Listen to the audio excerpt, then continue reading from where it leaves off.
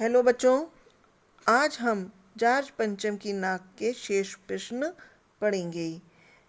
चौथा प्रश्न है, आज की पत्रकारिता में चर्चित हस्तियों के पहनावे और खान पान संबंधी आदतों आदि के वर्णन का दौर चल पड़ा है।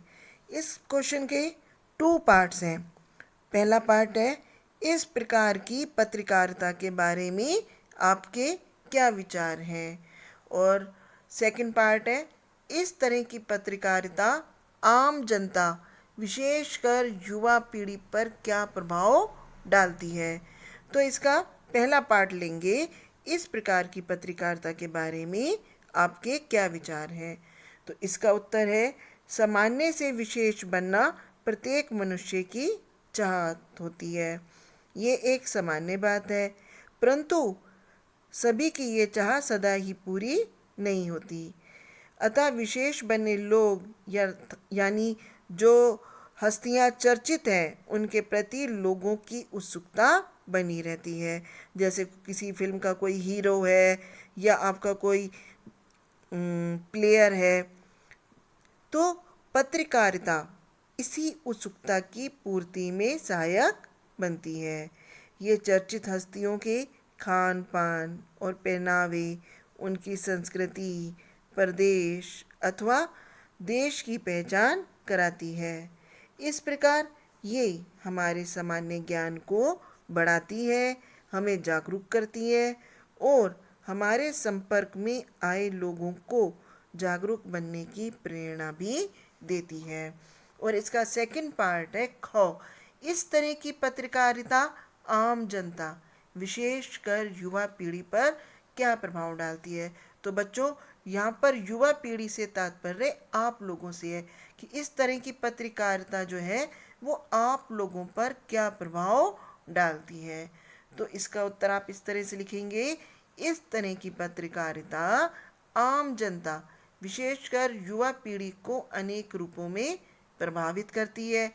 जैसे इसके माध्यम से युवा पीढ़ी जागरूक बनती है, जीवन में आगे बढ़ना सीखती है, आप उनसे मोटिवेट भी होते हैं ना, और उनका सामान्य ज्ञान बढ़ता है।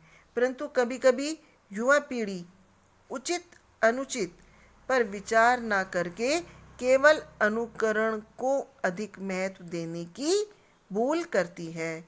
यानी जैसे आपने अभी ऐड देखा, कुछ तूफानी करते हैं, सलमान खान जंप लगा रहा है तो आप भी सोचेंगे कि मैं भी इस तरह की जंप लगाऊं। तो ये आपकी बहुत बड़ी भूल है।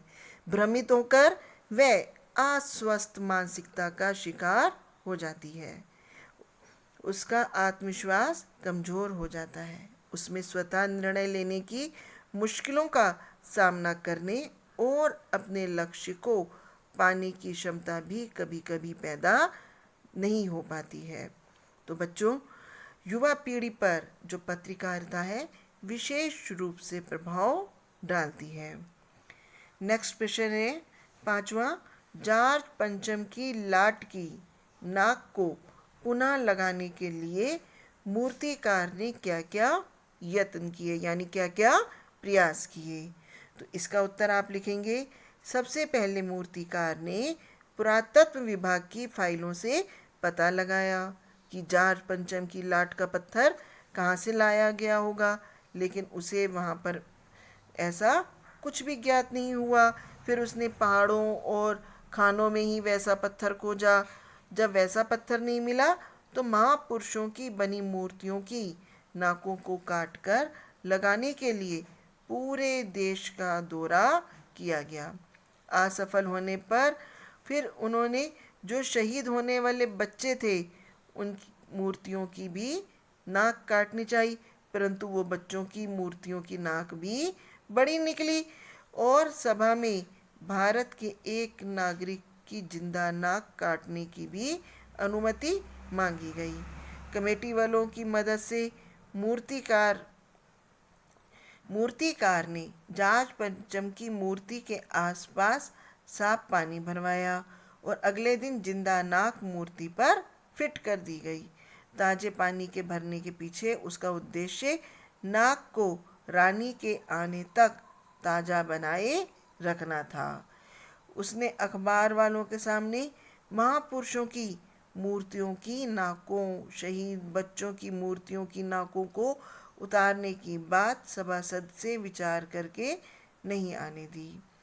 मूर्तिकार ने कमेटी की मदद से जॉर्ज पंचम की मूर्ति को एक नागरिक की जिंदा नाक लगाने और आसपास पानी भरने की बात के पीछे छिपे व्यंग को भी अखबारों तक नहीं पहुंचने दिया।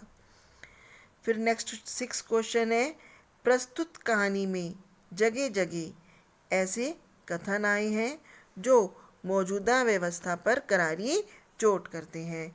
उदाहरण के लिए, फाइलें सब कुछ हजम कर चुकी हैं, या सब हुक्कामों ने एक दूसरे की तरफ ताका। पाठ में आए ऐसे कथन छांट कर लिखिए। तो इसका उत्तर आप इस तरह लिखेंगे, फोटोग्राफरों की फौज तैयार हो रही थी। उससे मिलता जुलता ऐसा ही एक कथन हो गया जिसके अंदर सार छिपा हुआ है। और दूसरा आप सेंटेंस लिखेंगे, और तो और उनके नौकरों, बावर्चियों, खानसामों, अंगरक्षकों की पूरी जीवनियाँ देखने में आई। शाही महल में रहने और पलने वाले कुत्तों तक की तस्वीरें अखबारों में छप गई। नेक्स्ट है, शंख इंग्लैंड में बज रहा था, गूंज हिंदुस्तान में आ रही थी। नई दिल्ली में सफ था, सिर्फ नाक नहीं थी। और रानी आए और नाक ना हो। तो इस तरह के कथन है जो आप अपनी बुक से मिलते जुलते छांट कर लिखेंगे। Thank you.